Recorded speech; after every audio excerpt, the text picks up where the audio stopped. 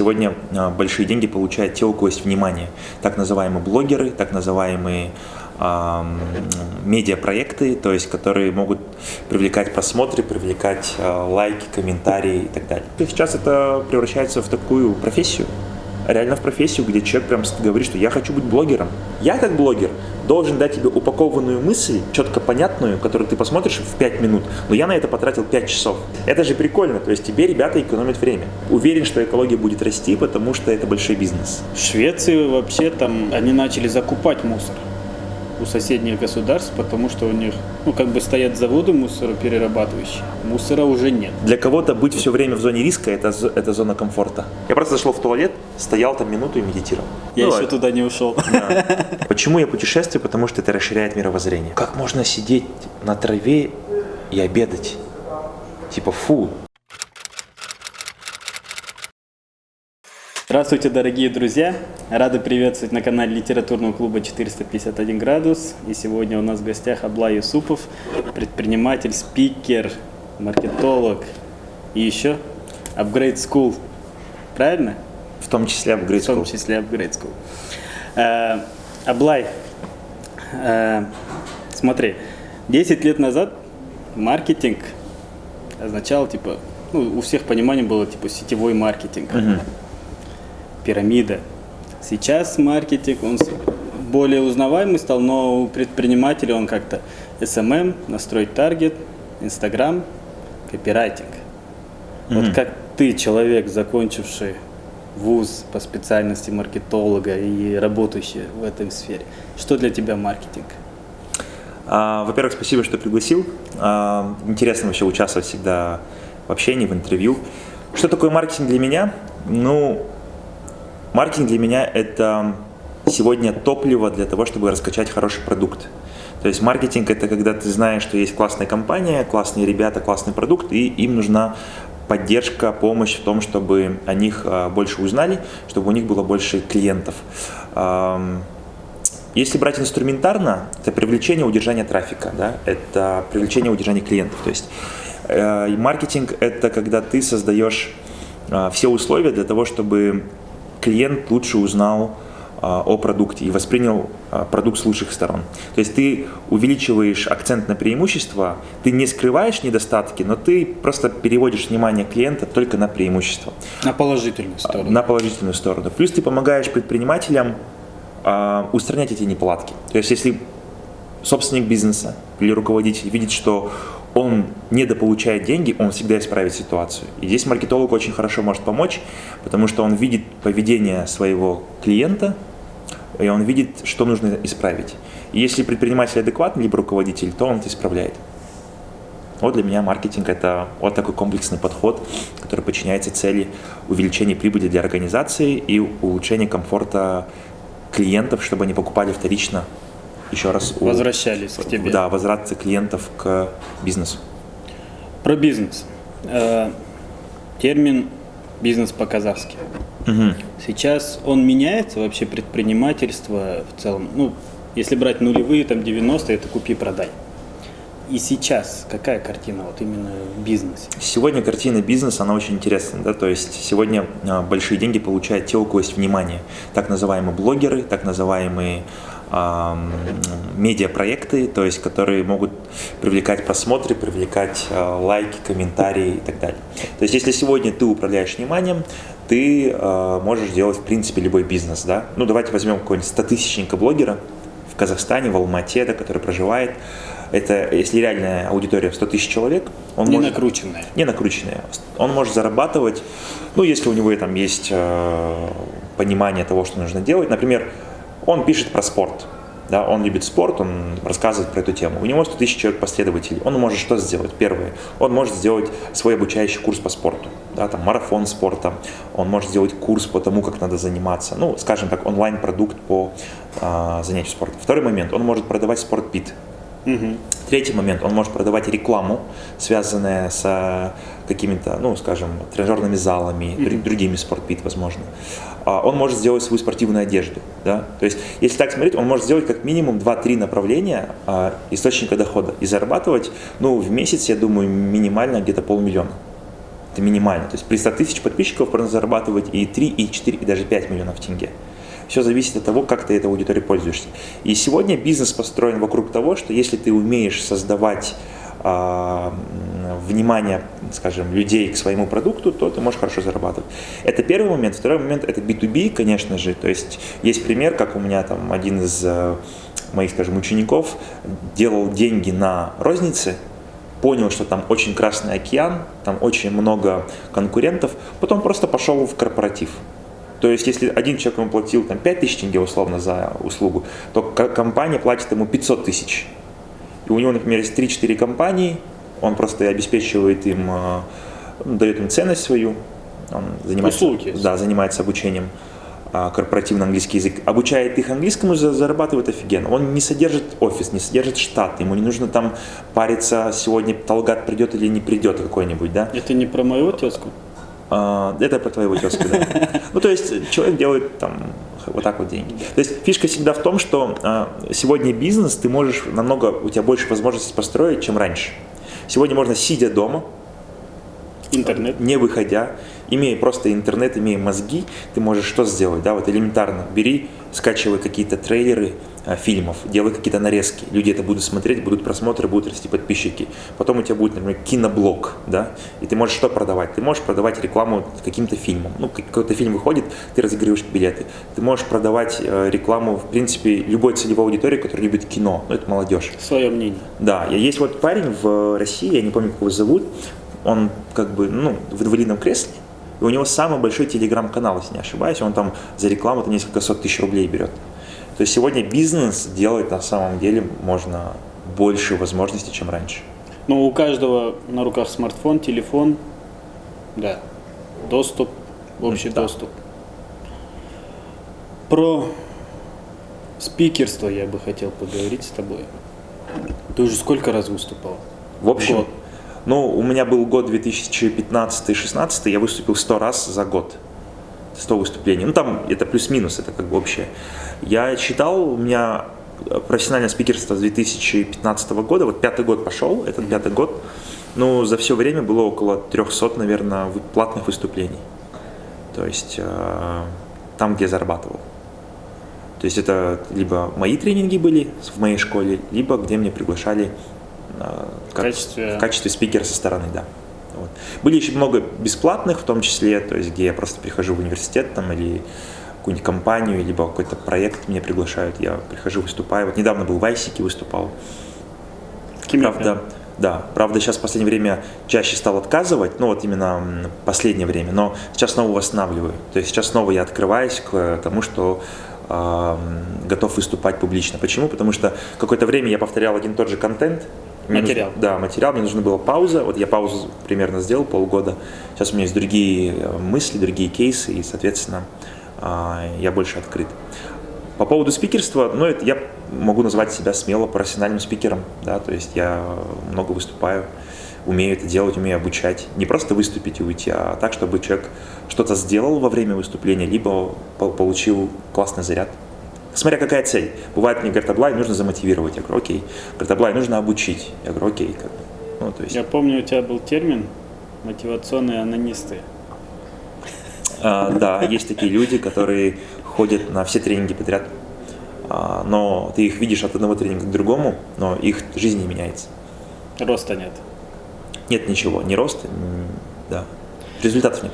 Во время вот спикерства, как бы ты же отдаешь свою энергию, силу, время, и ты ждешь вот эту обратной связи, как ты говоришь. И как ты вот после выступления восстанавливаешься? Или у тебя это все нормально? Пошел? Смотря какая аудитория. Бывает, ты приходишь, и ты получаешь энергию. Обратно. То есть ты отдал, даже больше иногда получаешь. Бывает, ты приходишь, ты просто опустошенный, выходишь оттуда, да. Бывает что-то среднее. Восстанавливаться, ну, на самом деле нет такого понятия, как восстанавливаться после тренинга у меня, да, потому что у меня, например, в день может быть там 2 встречи, там собрание, плюс выступление, и нет времени там после выступления уйти куда-нибудь в баню, да, там попариться и там. Но вообще лучше всего помогает это пробежка, это какой-то вот такой активный спорт. Иногда просто даже пройтись 3-4 километра подряд, ты переводишь дух и идешь дальше. То есть бывает такое, что ты выступил, ты выходишь, у тебя голова кипит, и ты просто там полчаса пешком идешь. Это очень классно помогает. Бывает, что ты просто, тебе нужно покушать, либо там, не знаю, чай, кофе попить. Вот. Иногда прям не хочется разговаривать. Ты настолько выступил, когда вот выступление 3-4 часа идет, ты выходишь, ты не хочешь ни с кем говорить. Да, тебе хочется просто включить какой-то сериал, какой-то фильм и просто залипнуть. Да, вот. Смотря какое ощущение после идет. Бывает, например, бывают такие выступления, меня на 30 минут всего приглашают. Там, например, 5 спикеров подряд выступает, мой черед, я 30 минут выступил, я ухожу, и я там через несколько часов, я даже забываю, что выступил. О чем я говорил, что это было. Это такой промежуточный у тебя был. Да, потому что это сильно ты энергию и смысла не дал. Самое вот запоминающее было выступление, где ты был? Было таких несколько. Вот, тяжелые, скажем так, трудно удаваемые. У меня было вот два кейса расскажу. Один раз меня пригласили ребята, я тогда не знал проект, что такое Дом мамы. Это, кто не знает, это проект, где, скажем, брошенные матери с детьми, молодые мамы, они, чтобы не сдавали детей в детский дом, их, вот есть там Айдын Рахамбаев, другие предприниматели, которые основали такой проект Дом мамы. И это большой коттедж, где живут там 7-10 матерей с детьми, и, ну, то есть они помогают им жильем, скажем, и работают даже где-то. И это в основном молодые, наверное, да? Да, и меня пригласили в проект Дом мамы студенты Алмаю, который вот университет я закончил. Я подумал, что такое Дом мамы, ну, это, наверное, какие-то женщины, что-то там женское предпринимательство, но я даже, если честно, не читал про этот проект. А у меня обычно, они попросили тему, типа, предпринимательства, а у меня обычно как строится тренинг предпринимательства в том, что я начинаю на человека давить, чтобы он выходил из зоны комфорта, чтобы быстрее начинал там заниматься собой и так далее. И я прихожу, и я вижу вот это, что... То есть тут и так дискомфорт, по идее, да? Тут и так, в принципе, плохо им. Я такой, а это кто? Они мне рассказывают. Ты такой, опа. У меня совсем по-другому пошло выступление, да, то есть, потому что мне пришлось быстренько импровизировать. Не по плану. Вообще не по плану. И было второе выступление, я был в одном небольшом городе, в университете выступал. Всех, кто там был, их загнали. То есть все студенты были не по своему желанию пришли. Массовка, короче. А еще в чем прикол, меня завел завуч, он говорит, ну вы справитесь, и дверь закрыла. Да, и там человек 100 сидит, нет, 4 часа был. 4 часа? 4 часа был тренинг. А никто меня не хочет слушать. Я еще такой пацан, приехал какой-то молодой, там что-то хочет втирать нам про... Там тоже была тема предпринимательства. Это было 2 года назад. И я понимаю, что здесь надо менять подход. Да? То есть нельзя сейчас просто говорить, типа, кто хочет быть бизнесменом, это фигня. Поднимайте руки. Да. Я спросил, ребят, можно один вопрос? Они такие, да. Я говорю, ребят, поднимите, пожалуйста, руки те, кто любит свою маму. Они сначала смотрят. Я говорю, нет, ну вы что, не любите своих мам? Кто любит свою маму? Короче, поднимите руки. Все руки поднимают. Я такой, спасибо. А можно теперь вопрос? А что вы за последний год своей маме подарили? Вот, может быть, путевку. Как вы проявили свою любовь через свой труд? Может быть, вы купили путевку, может быть, вы купили в санатории что-то, может, вы купили какую-то вещь. Поднимите руки, кто это сделал. Там, типа, 1-2 руки, я спросил, что вы сделали? И там говорят, ну, я цветы маме подарил. Я говорю, это вот так вы любите маму, просто цветы подарили? Настолько, типа, да. И они притихли. Я говорю, а вы хотите любить маму и проявлять это через какие-то материальную заботу? То есть просто купите в санатории путевку, да пускай в другую страну посмотрите, там в Россию, в Украину, там, в Грузию пусть ездит. Даже в другой город. Даже в другой город. Хотите оплатить эту поездку и проявить реально любовь, а не на словах. На словах все мы любим всех. Они говорят, ну, по идее, хотим. Я говорю, давайте поговорим про предпринимательство. И все такие, типа, давайте. Я говорю, как раз это вам ключ будет к тому, чтобы вы заработали на это. И тут они сразу так вот. Внимание, да, сфокусировано было на эту тему. Но правда, когда был брейк, через 1,5 часа я сделал брейк, ну, 30% ушли. Все равно 30% они покинули зал. Ну, это хорошо же, с одной стороны. Я не знаю, хорошо это или нет. Просто 30% ушли, потому что человек, он такой, типа, в грудь бьет, да, я люблю, я там сделаю, патриот, но в итоге ты видишь, что пустословие там в основном. Бывает такое. Сейчас популярна такая тема социальное предпринимательство. Это как бы ты занимаешься социальной проблемой, но и можешь позволить себе хорошую машину, хорошую квартиру, скажем так, и заработать на этом. Угу. Ты можешь про это рассказать? Я не знаю насчет социального предпринимательства в плане... По мне, что такое социальное предпринимательство? Да. Вот есть чисто социальное предпринимательство, они не ориентированы на деньги. они ориентированы конкретно на помощь. Это социально... Есть социальная ответственность бизнеса, это другое. Социальная ответственность бизнеса, ты зарабатываешь $1 000 000 и, например, 1%, 2% отдаешь на благотворительность. Это социально ориентированный бизнес. А социальное предпринимательство – это когда ты, например, дома делаешь пирожки, они у тебя там пирожок в 50 тенге выходит, и ты выходишь на улицу, где там бабушки, дедушки, и продаешь не за 50, а за 55 тенге. То есть его 5 тенге накидываешь. И это вот социальное предпринимательство. Ты много не заработаешь там. Да. Но я таких проектов не знаю. Я знаю социально ориентированные. Да? Например, я вот знаю Madina Mix, это вот ресторан. Они, кажется, каждую субботу или каждое воскресенье бесплатно кормят пенсионеров и ветеранов. То есть любой пенсионер приходит, они ему в пакете еду дают. Ну, вот они, например, красавчики так делают. Хотя вот мне никто за это не платил, я просто сам рассказал, да, там про это. Еще есть магазины, где там бесплатно хлеб дают тоже пенсионерам. Да. Вот, но это не социально, это социально ориентировано. Да, ориентировано. Просто один кейс я читал про социальное предпринимательство. Это когда в какой-то бедной африканской стране делают студенты из Германии очки. Угу. У них по статистике самое большое количество слабовидящих людей. И очки очень дорогие, не каждый может у них позволить. И они придумали очки, которые в цене там условно $5. Угу. $3. Машинка, установку ты запустил, вышла оправа, линзу вставил и очки. Угу.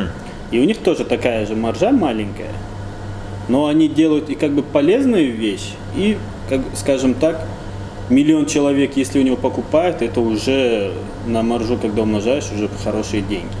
И зарабатывают на этом деньги. Вот такой кейс есть. Мне кажется, это не социальное, это просто нишевая тема. То есть, например, условно какой-нибудь не знаю, там, магазин типа Минисо, я не знаю, просто вот один из примеров. Это очень дешевая продукция, просто у них нишевой сегмент такой. Просто по мне социальное предпринимательство может называться не то, что дешево продают, а там, где не ориентируются на прибыль. То есть даже в массовом виде они не ориентируются на прибыль. Они какие-то, например, человек там что-то делает, в плане продукт создает, и ему там он зарабатывает 100 тысяч тенге, 80 тысяч тенге, ему этого хватает, потому что он не для этого, в принципе, это все делает. Он хочет реально помогать людям. Это как бы хобби, да? Это не хобби. Вот есть люди просто, которые вот так живут. Вот есть люди, которые именно так живут, и у них нет цели обогащаться. Это вот внутренне их, это в смысле не что-то религиозное, не что-то там, чтобы в рай попасть, или не то, чтобы кто-то им очки за это дал. Они чисто делают, потому что они такие. Вот есть такие люди, они вот с доброй душой, они вот.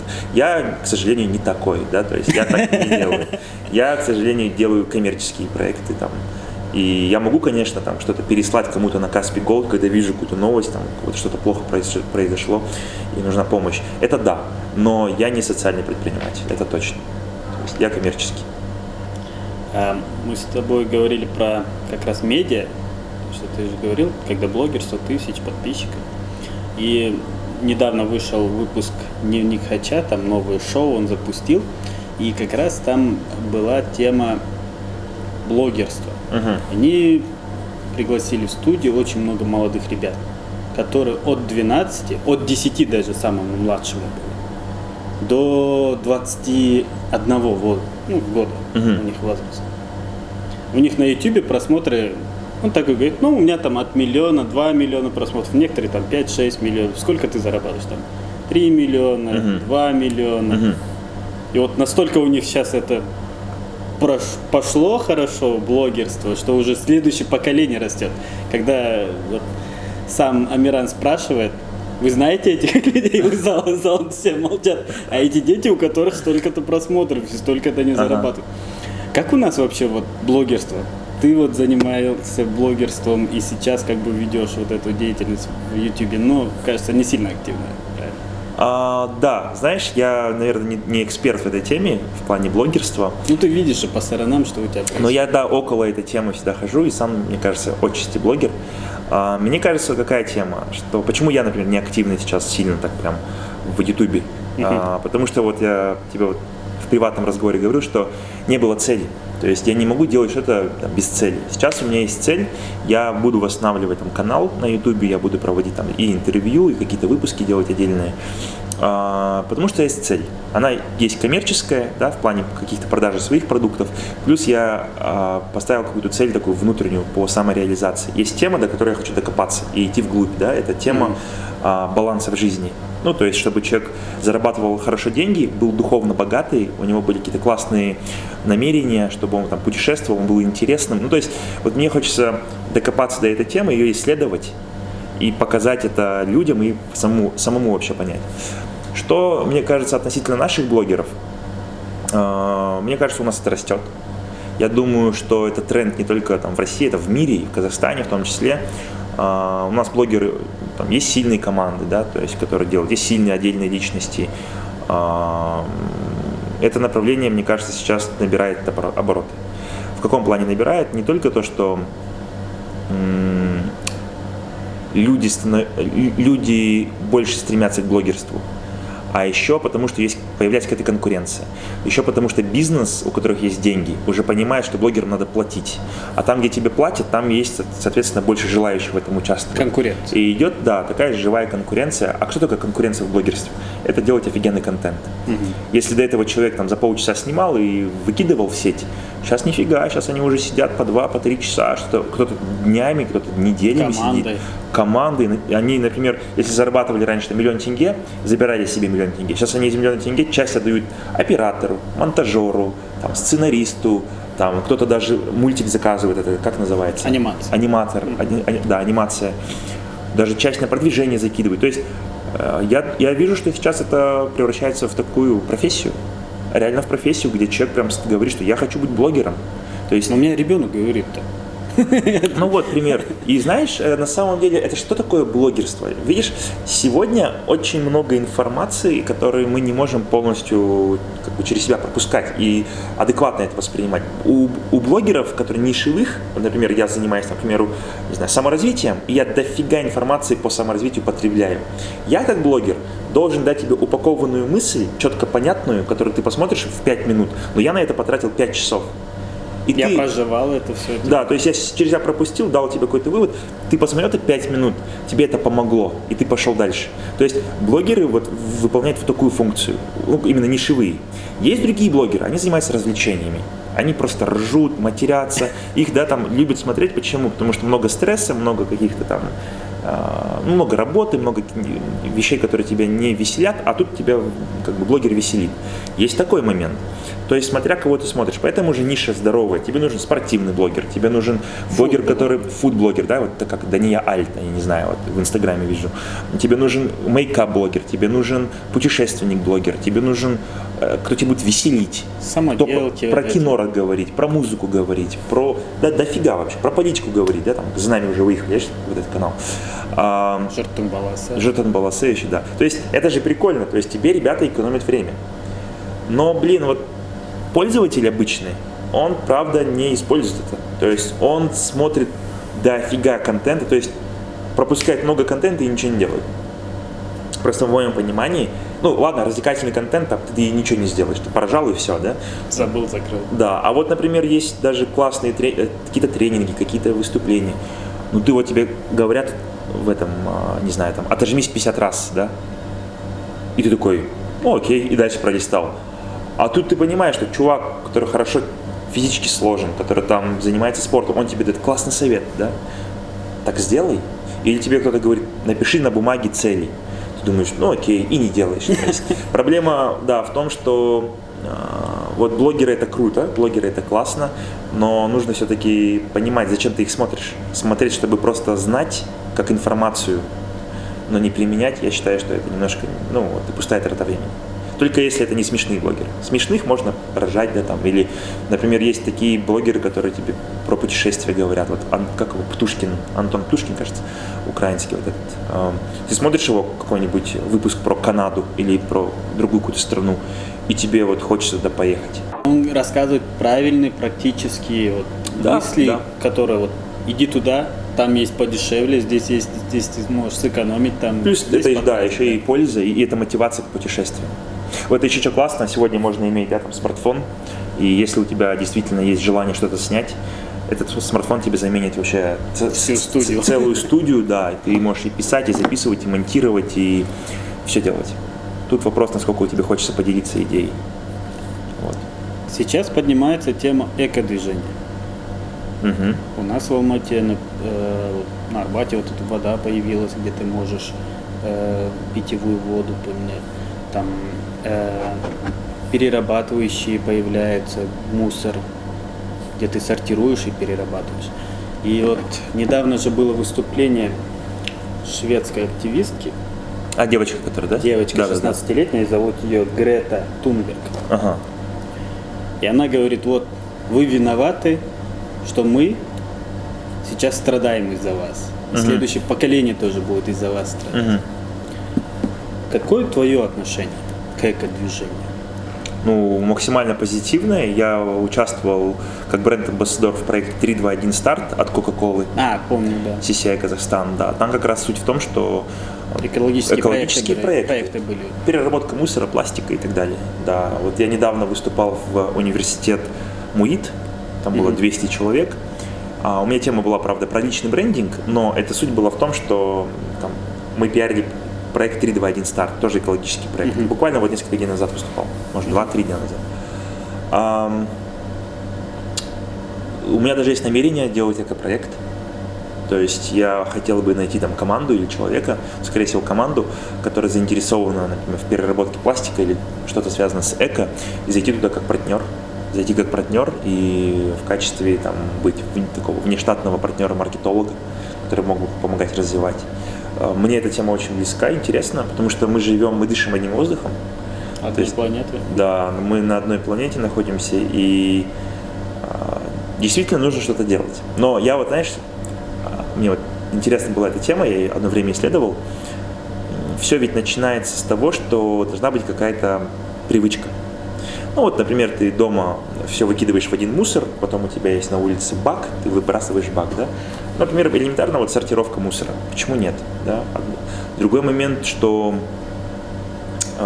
помимо сортировки есть проблема того, что там, у нас не налажена переработка. То есть одно дело тебе его сортируют мусор, а потом его вывозят на общую свалку.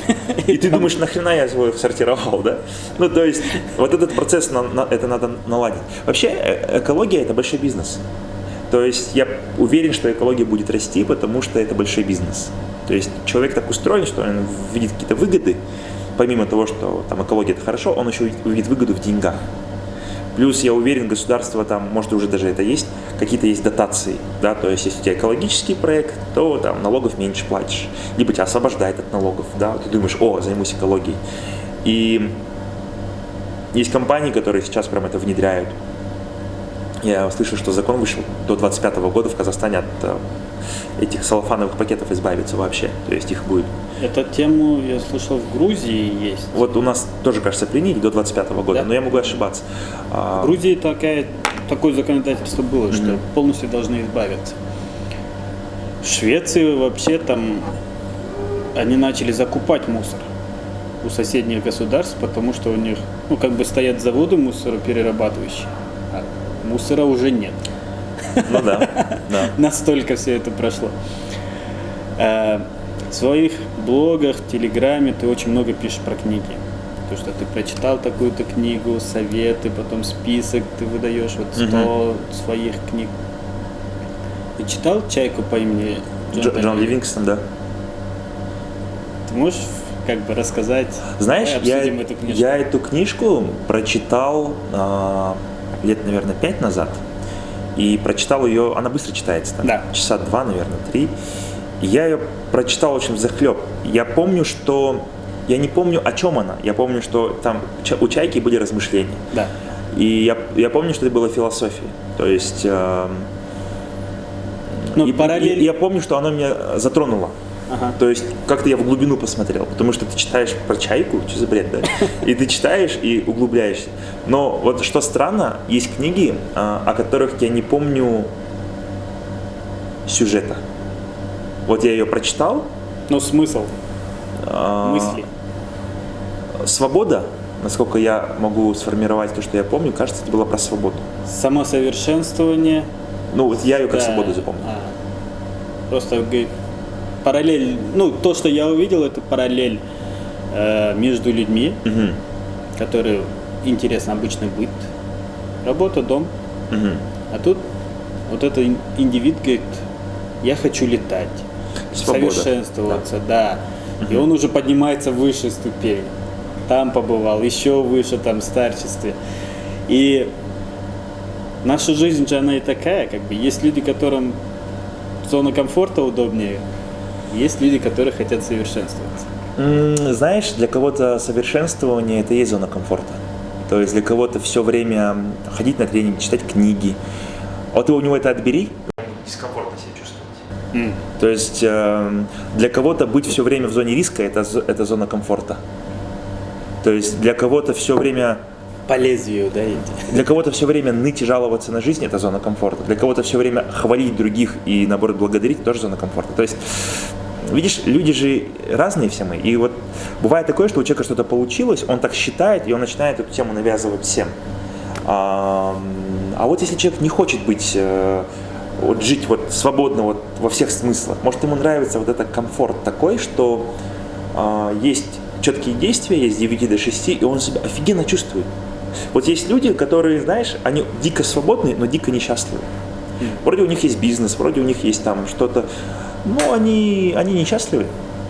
Потому что вот, может быть, у них с семьей что-то не налажено, может, у них с друзьями не налажено, может, у них они не путешествуют, или у них нет вкуса к путешествию. А вот есть люди, которые работают с 9 до 6, зарабатывают не так много, но они успевают, у них есть хобби. Они в футбол играют, они занимаются там спортом, они копейку отложат, но семьей куда-то съездят, да? Они любят на рыбалку ходить, они любят там активно жизнь проводить, в горы ходят, да? Ну, то есть, и ты же не скажешь, что он живет, как бы он неправильно живет. Да, он живет в комфорте, но этот комфорт, может быть, это ему счастье и приносит. То есть, наверное, суть в том, что насколько человек счастлив. Я уверен, есть многие люди, которые обычные работники компаний, которые даже вот трудяги рабочие, тоже, может быть, на заводе работают. Но, блин, он счастлив. Ладно, наши заводы возьми, у нас там хреновые условия. Но возьми европейские заводы. Он, может быть, делает одну функцию, вот, там, вот итальянский бизнес, да, какой-нибудь. Он варит сыр, он фигачит эту тему, и делает это 30 лет. Возьми японского какого-то суши-мастера, который занимается рыбой, делает суши там 50 лет. Из поколения в поколение. Еще из поколения. Да. Ты вот, например, можешь сказать, типа, чувак, ты что только умеешь это делать, а где самосовершенствование, сколько языков ты знаешь, а ему это нахрен не надо. Вот, например, он делает свою рыбу, и он счастлив. То есть, поэтому... Понятие растяжимо. Это не то, что оно растяжимо, оно разное у всех. Оно разное у всех, и навязывать одну модель поведения, она будет чисто эгоистичной и неправильной. Как раз таки в этой книге есть навязывание этой идеи, потому что он, когда возвращается на землю, эта чайка, он говорит, надо вот летать, надо совершенствоваться. Это нормально? То есть каждый навязывает свое? Да. Я навязываю за ним свое. идут по свету. Ты навязываешь свое, все навязывают свое. В этом-то и вся и фишка, что ты должен быть разборчивым. Например, я там смотрю на вот 5 человек, да, там актер, режиссер, предприниматель, там спортсмен. Я у этого возьму одну функцию классную, его дисциплину, у него возьму его харизму, у него возьму его отношение к проблемам, у него возьму его отношение к управлению. Применю к себе, ну то есть... Собрал в себя, да? Да, ну ты не будешь же полностью брать концепцию спортсмена, например. Типа без жалости к себе, херачить до конца, каждый день. Жизнь это борьба. Ну я не хочу так жить. Я не хочу жить, понимать, что жизнь это борьба. Жизнь это не борьба для меня. Я специально положил сюда казахстанские книги. Поцелуй Шымкентского, да? Да. И как маркетолог я хочу попросить тебя оценить и сделать обложку? упаковку и продать, как бы скажем, эту книгу. Любую? Ты можешь, да, любую выбрать, посмотри, выбирай. Давай возьмем «Призрак лагеря», нет, не Орлов, «Райская птичка», «Дорогой». Дорогой Сорхов. Ага. Окей, это все казахстанские, да? Да, я специально чисто такие казахстанские, те, которые неудачно мне нравятся обложкой. Ну, знаешь, вообще, я бы взял детскую книжку. Точно не «Поцелуй Шимкетского». Да. Давай поцелуй Чимкинского. Да? Усложним тебе задачу. Она недавно вышла, девушка Ага. живет в Америке, меломан ее издал. Не, вообще прикол такой, кстати, я был когда в «Меломании». А, нет, это, наверное, другая книжка. Та-та-та, ты в сторис Избитая выкладывал. там была еще одна. Да-да-да. Еще вот это Да? ты тоже фотографировал. Это я тоже значит, фоткал. надо. Топ своих книг. Хотя 5 вот из последних то, что ты прочитал. И из последних не скажу, что меня что-то прям, может, сильно так впечатлило, потому что в последнее время читаю только бизнес-литературу. Бизнес. Да, но она это чисто как помогает в работе. А если так брать то, что повлияло... Кстати, я буквально, может, чуть меньше года назад прочитал 451 градус по Фаренгейту. И этот человек у меня участвует, когда мы открывали 451. Вот, классная книга. Понравилось? Да, но я ее она у меня не в тройке. На первом месте у меня «Жестокий век» Исааи Калашникова. Ага. На втором месте будет, пускай, «Граф Монте-Кристо». На третьем месте, пускай, будут «Три мушкетера». На четвертом у меня «Гарри Поттер». И пятый... Вся серия. Да. Или из нее вся есть? серия. И на пятом «Властелин колец». И «Хоббит» туда же входит.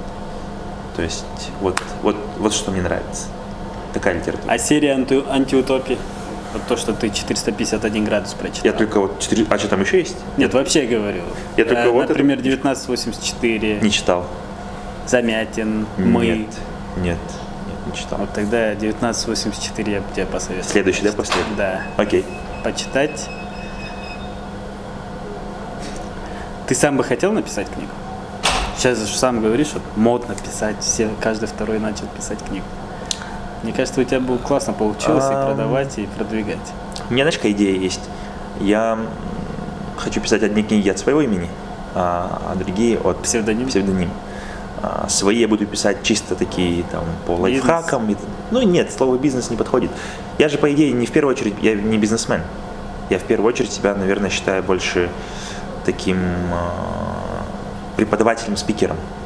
Я больше занимаюсь обучением. На втором месте, наверное, я маркетолог, и только потом я предприниматель. Ага.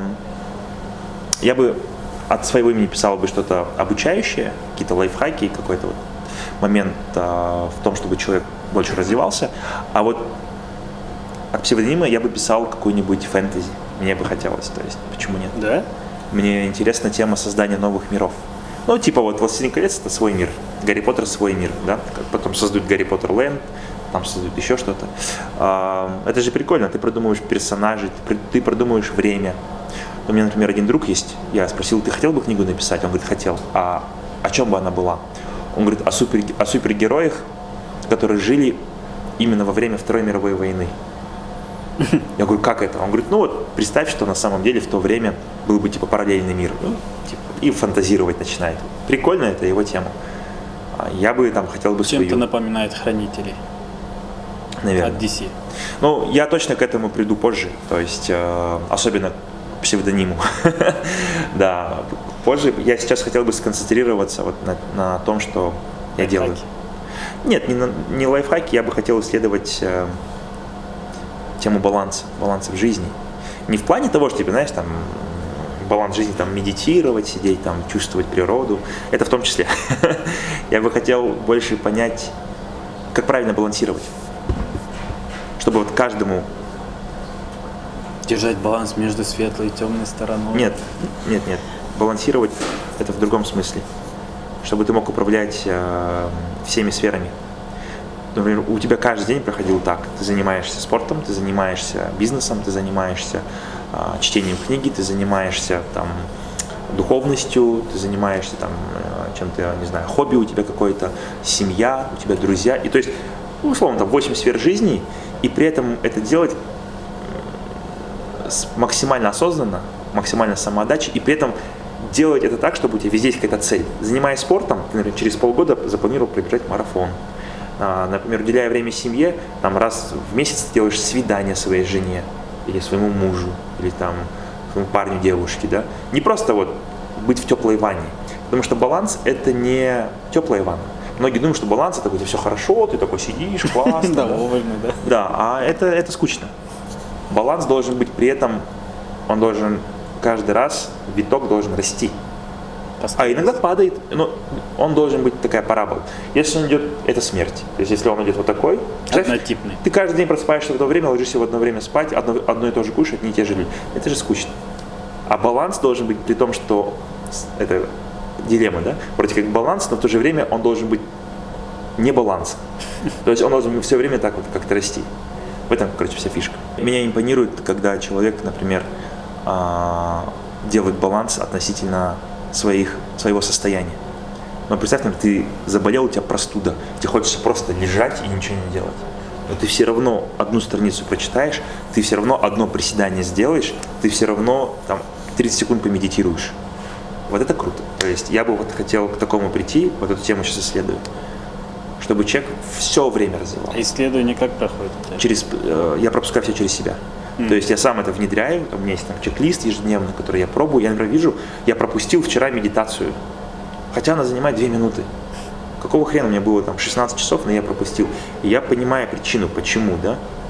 То есть я все время был в пути. Ну, я общался, разговаривал, а когда уже домой пришел, я что-то уже лег, мне было лень вот так вот сесть и медитировать. А я думаю, значит, надо разработать тему, где медитация происходит не сидя. Почему нет? В автобусе, да? Один раз у меня вообще прикол была встреча, она затянулась, и я прям хотел все чек-листы выполнять. Я просто зашел в туалет, стоял там минуту и медитировал. Ну, бывало такое, да. Это же тоже тема баланса. Наверное. Я еще туда не ушел. Да. И... Потому что, видишь, многие думают, что саморазвитие это скучно. Это типа ты зануда, ты там читаешь, ты что-то все время рост. А я все-таки за то, что если ты занимаешься спортом, ты можешь себе позволить выпить бутылку вина. Ты можешь себе позволить покурить кальян. Ты можешь себе позволить делать то, что тебе хочется. Ты можешь иметь вредные привычки. И в этом нет ничего плохого. То есть, если тебе это нравится. Я, например, я люблю выпить вино. Я могу сам ушатать 1,5 бутылки вина. Я могу сам скурить 2 кальяна за раз. При том, что утром я могу побегать 10 км. Вечером я могу выпить 1,5 бутылки вина. А потом еще кальян покурить. И до 3 не спать, гулять. А потом проснуться в 7 и сделать себе смузи. Да? Ну, то есть, вот это баланс. И вот эту тему я исследую. То есть, вот это мне интересно. Об этом я хочу рассказывать, этим я хочу делиться. А потом я перейду там в фэнтези. Создам свой мир, где все балансировано, да, скажи? Да. На самом деле, вот если брать по материалу, это окей. Я бы название поменял. Потому что оно не вызывает... Оно, как тебе сказать... Ну, если хочется написать про дискриминацию женщин, то название должно быть какое-то общее, кричащее. Здесь оно как-то узкое, типа поцелуй Шимкенского, типа, что шимкенские это люди, которые Шимкента, они что, дискриминируют женщин, или я вот не понял, как, если книга про дискриминацию. То есть здесь должно быть какое-то общее, например... Как бы ты назвал? Ну, типа, знаешь, если, я не знаю, в чем суть, суть, вернее, я понял, но что внутри, например, там, условно, 5 способов жить, 5 способов жить в казахстанском сообществе женщин, ну типа такого, то есть как-то копирайтинг покрасивее сделал бы, то есть что-то вот такое практичное. Но если тут... Это как методика у тебя выйдет. Это, ну если здесь, наверное... Более как художественно. Это как художественно, например. Ну окей, ну тогда написать кричащее название внутри типа... Я женщина. Я женщина из Казахстана. Вот типа такого. Какое-то общее я бы дал. Потому что поцелуй Шимкенского у меня вызывает улыбку. Оно не вызывает у меня сожаления, типа... Оно такое, поцелуй Шимкенского, типа, что там что, эротика, там что, типа, да? Или... А если внутри смотришь сзади, что это про дискриминацию, я бы, наверное, назвал бы ее как-то вот более понятно. Обложка, ну, не знаю. Наверное, для того, чтобы привлечь внимание, так сделали. Вот, например, да, вот если тема про дискриминацию и так далее, то наоборот же, ты когда выставляешь вот такую фотографию, ты сам... Привлекаешь, наоборот. И нет, дело не в этом.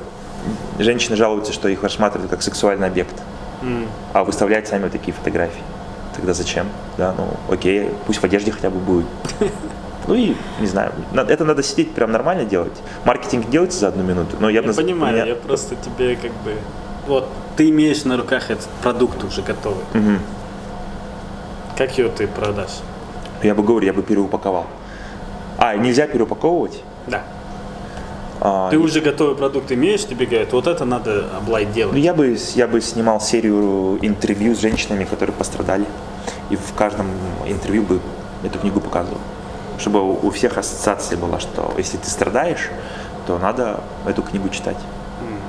Крутая идея. Ну, то есть так.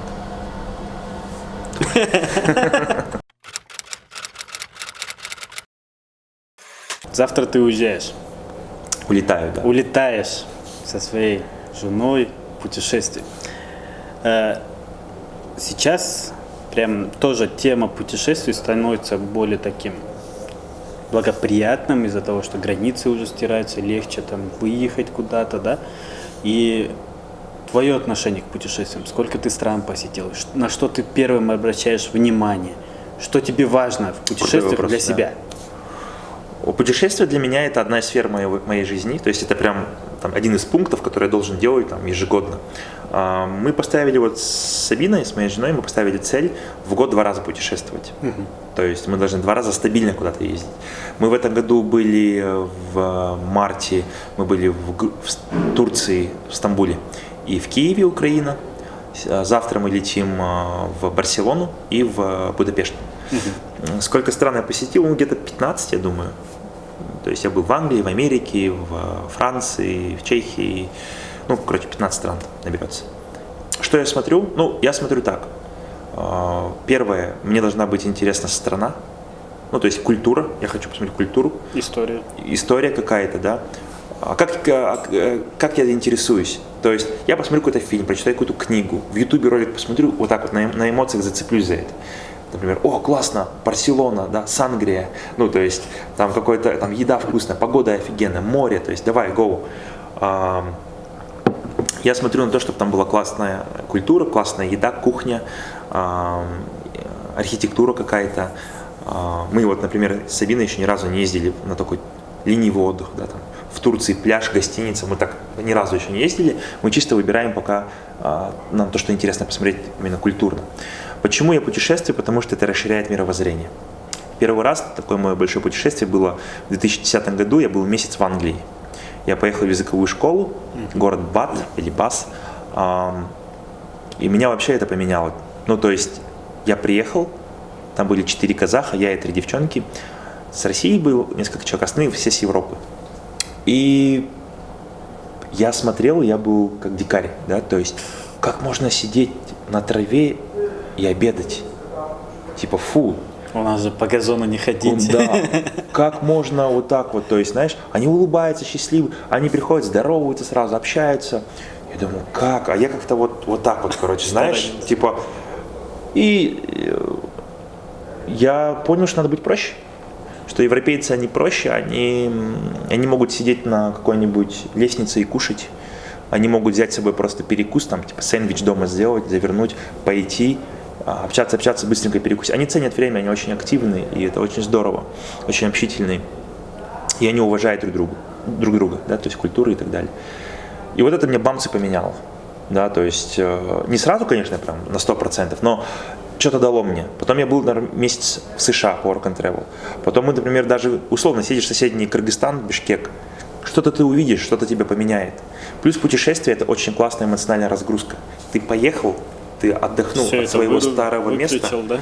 Да, то есть и ты со стороны смотришь на себя. Всегда же со стороны виднее. Со стороны смотришь, понимаешь, блин, я сейчас вернусь, буду делать вот так. То есть помимо того, что это мировоззрение, это раз. 2, ты еще перезагрузка. Это перезагрузка классная очень. Ну и 3, это получение эмоций. Ты по-любому же отдыхаешь, там кайфуешь, и это эмоции. Поэтому это инвестиция в себя. Путешествие – это не только развлечение, это инвестиция в себя. Как ты платишь за книжку, это тебя улучшает. Да? То есть, поэтому я всем рекомендую хотя бы раз в год куда-то выезжать. Вот люди говорят, надо быть богатым, бизнесменом. Да нифига подобного. То есть, ты можешь, если в месяц 5000 тенге откладывать, да, и у тебя соберется за год 60 тысяч тенге. Вот как думаешь, за 60 тысяч тенге можно попутешествовать? По Казахстану? А вот в Бишкек можно поехать за 60 тысяч тенге? А вот в Узбекистан можно поехать за 60 В тысяч тенге? Узбекистан, да. Да, и в Кыргызстан тоже можно? Да? Конечно. Автобус там сколько стоит? Те самые 5000, наверное, и стоит, 7. Я вот года 2 назад ездил. Просто если смотреть курс Киргизии и курс Можно. Узбекистана. Знаешь, если человек где-то автостопом, где-то с собой еду взял, где-то... То есть вопрос твоей фантазии. В горы можно пойти бесплатно? Не платить за канатку, а вот пойти пешком. Конечно, можно. Экопост оплатил. Сколько людей? Даже без экопоста. Пешком пошел просто в обход. Тут все вопрос в твоем желании. И в твоем намерении. В твоем намерении. Я не знаю, просто делайте что-то. То есть переходите к действиям. Информации слишком много. Вот даже сейчас они час смотрели, да, и сколько там прошло. Просто действия. Фигачите. Бери и делай. Просто делай, да. Делай, ты даже можешь сделать, потом подумать. У меня бывает такое, что я берусь за что-то, думаю, нахрен я это делаю, типа. Поначалу это работает. Кого-то по башке ударил потом? Нет, Зачем в смысле, я это сделал? Это уже осознанность. Ну, условно, например, я как билеты вот последний раз купил, да, вот в Барселону и в Будапешт. Просто лежу, ну вот мы домой пришли, я лежу на диване, что скучно, в Инстаграм вышел, с Инстаграма зашел в Чука Travel. И думаю, а вот сколько стоит билет в Европу? И там есть такая настройка, типа, самые дешевые. И там было, типа, в Будапешт, через Будапешт можно через Wizz Air полететь, типа, за 60 тысяч тенге. О, На одного человека туда-обратно. 60-65. Я такой, хрен с ним, куплю невозвратный билет. И купил. И подхожу к себе и говорю, вот смотри, мы летим в Будапешт. Я говорю, ты чё? Я говорю, они невозвратные. Все. Он говорит, ну давай хотя бы еще в Барселону. И мы еще и в Барс. Да, поэтому туда и туда. Поэтому так. спасибо большое за Пожалуйста. эту интересную беседу. Ребята, подписывайтесь на наш канал, ставьте лайки, подписывайтесь на канал Аблая. Но у него там больше подписчиков, конечно. Лучше наоборот к нам. Всем спасибо, до свидания. Пока. Да, спасибо.